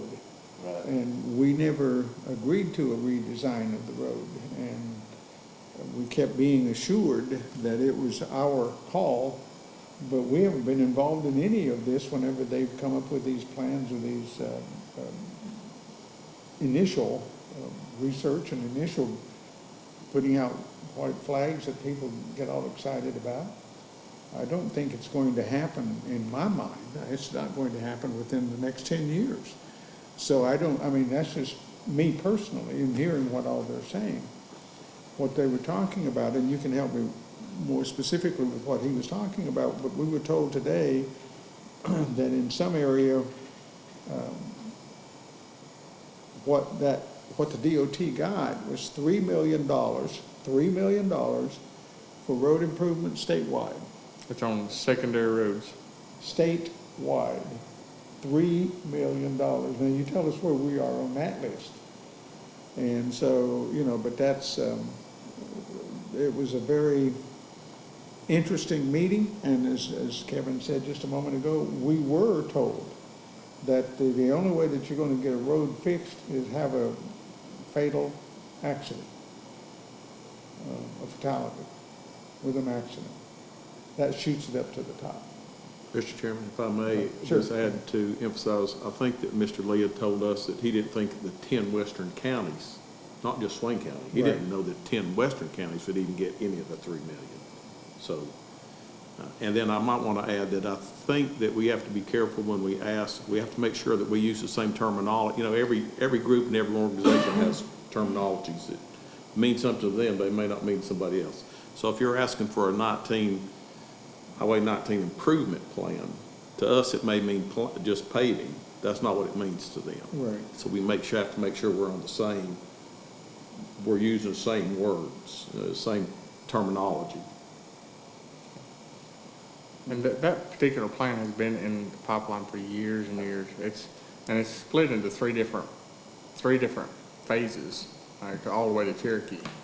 It's just between Bryson and Elo is phase 1, and then phase 2 and phase 3 going to Cherokee. So. I just hate to see the state waste so much money doing all this core drilling and all this stuff. If it's something that nobody believes is ever going to happen, why are we even doing it? Even if that's something we don't even want, why are we even doing it? That was just something I thought of. Thank you, you answered my question. Okay, good. Okay, and do you have anything else to report? Oh, yeah. Well, while I'm talking, I guess I keep talking. I did have a few conversations. I wanted to check up on Michael Chris came and spoke to us at the last meeting. I wanted to know what anybody found out about his situation. Anybody could. And I know there's a debate between whether potbelly pigs are actually barnyard animals or not, but I would think they would be. And so, with that said, the governor, I keep saying governor, North Carolina's laws don't prohibit anything unless you've got like a zoning, don't prohibit any farm animals. I mean, there's no regulation on farm animals unless they're like, I think the bigger like hog farms and stuff like that produce a lot of waste. I think there's some restriction on that, but not much at all in North Carolina. So. I wanted to follow up on that, and Mr. Gerard called me and had a lengthy conversation with me about why we're sitting on $52 million, and I explained to him that it was in the state treasury. It cannot be touched without a 2/3 Of the registered registered voters. voters voted for it, and I also told him I prefer it to stay where it's at, but that was my opinion, and we discussed it back and forth. But I did have a conversation with him, and I had a couple more conversations, and it had to do with the train and right-of-ways, existing right-of-ways that people have been using for years. And I've been told that they are not legal crossways, that they need to pay, buy insurance, and do all this stuff. And I'd like for us to have some talking about any of this. I know we might not be able to do it, and I know I talked to you, Kevin, and you was gonna have Kim look into some of it, And she's gonna write a letter to the board just stating, you know, how we can legally get involved. At this, I don't, and I can't put words in her mouth, so I'll just wait till the letter comes and y'all can read it and we'll go from there. I just wanna, I'd attempted before to have a conversation with Ms. Albright, is that her name? Albright, yeah. And I was told pretty much that they didn't have to do anything, and I could look all this stuff up on my own, because I just wanted them to talk to property owners they went through, so we don't have issues. I know we had to, these are private people that came to me, several of them, and I did notice that in the NOC, and I think they had contacted us also, hadn't they? But I want to at least have a conversation with them, and talk to them.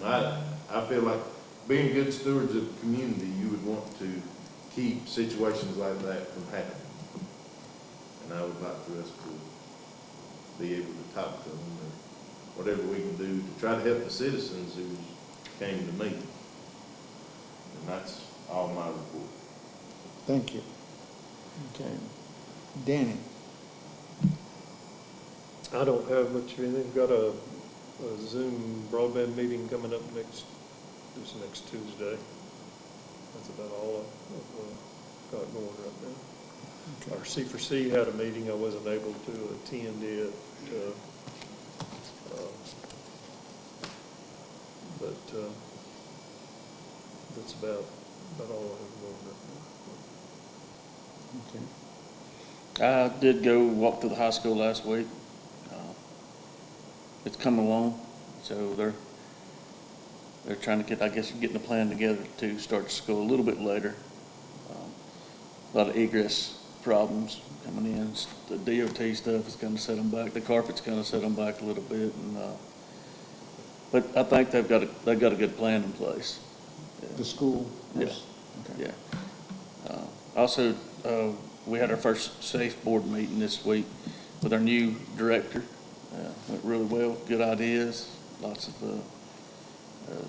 interest in doing different things, doing the community through Quality Safe. So it went really good. Good. But you mentioned something about the census, and Ruth Ann had talked to me. She called me the other day about the census and trying to, because she had I think it was a grant from Dogwood, yeah, that was just trying to get kind of dispersed into the community. I think it had to be through like entities like, she was looking at the fire departments, I think, when she talked to me. And I don't know exactly how that ended up. I know a couple of fire departments didn't do it, and I think she was going to talk to the town, Rochester City Fire Department about that. So it was a pretty good deal, what she was saying. Do you remember what it? Yeah, it's, I think it's $10 per person that you sign up. Yeah.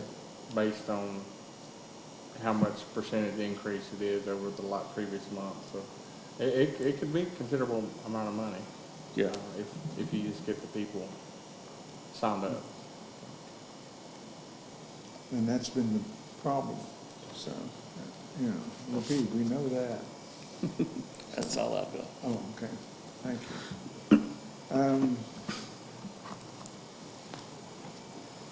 talking of calls, I received a call, and I wanted to ask you, Kevin,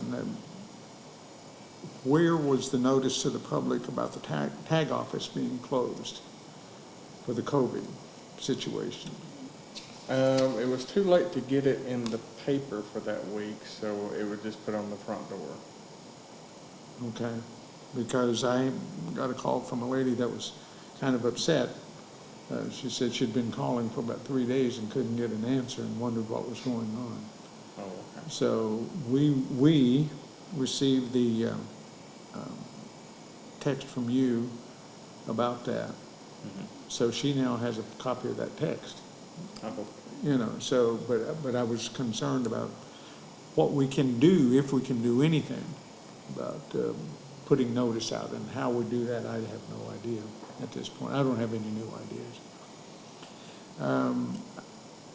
I received another call from a lady on East Deep Creek, and it was regarding the green request, and she brought up something that she said they've been waiting for a long time up there to get some water and sewer and that kind of stuff, and the only thing that really is going on there is a 1-inch line up to the cemetery, and obviously no one can tap into a 1-inch line. So we just need to keep that in mind as we look at some of the other things that we're doing and some of the newer things that we're doing. Also, if anyone is watching who has raised issues about the roads anywhere, just know that we're continuing to work on it, and that's all we can say with that. With the meeting today, there was not much held out in the way of hope, but we just have to keep at it. So we will do that.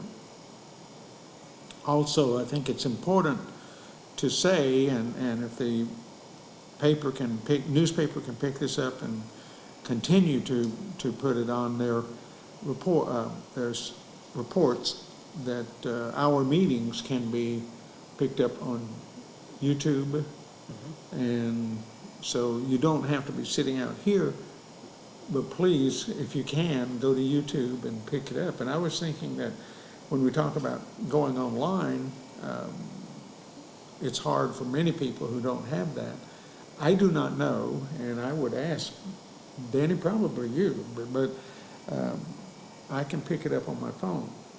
And how many people have phones where they could go online and get YouTube and watch some of our meetings should they have concerns about different issues. So I would like for us to go ahead and do that. For those of you who do not know, the some North Carolina legislators are now coming down on the side of North Carolina, requesting the governor and the attorney general get involved in this because it's giving away North Carolina land. Senator Jim Davis signed it. Representative Joe Sam Queen, Representative Kevin Corbin, and also there are several op-ed pieces that are in opposition to the Catawba being given that land. And I want to mention one thing, and you can pick up on this one if you want, Danny, but the Broadband Committee has formed its own nonprofit. I don't know if they want that information out or not, but it's going to be easier for them to obtain funds and go after the grants when they feel that they want to go after them. So I just want to mention that, and you can pick up on it if you wish. And then Kevin King, one of the things I wanted to ask you, we know about the tax office, we know about a couple of other things, but what other, or is there any other county employee COVID-19 updates that need to be put out to the public?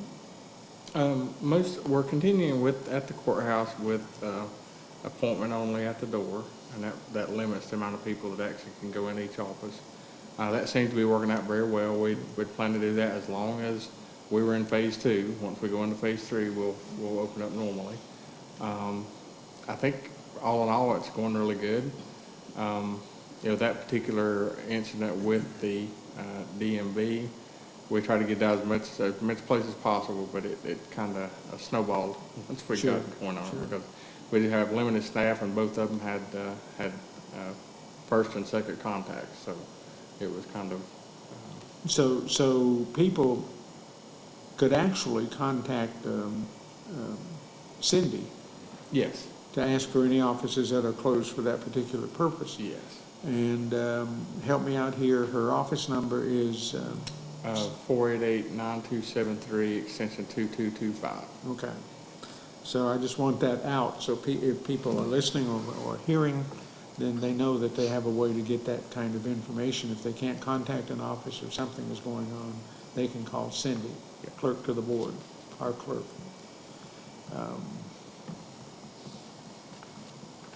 Okay.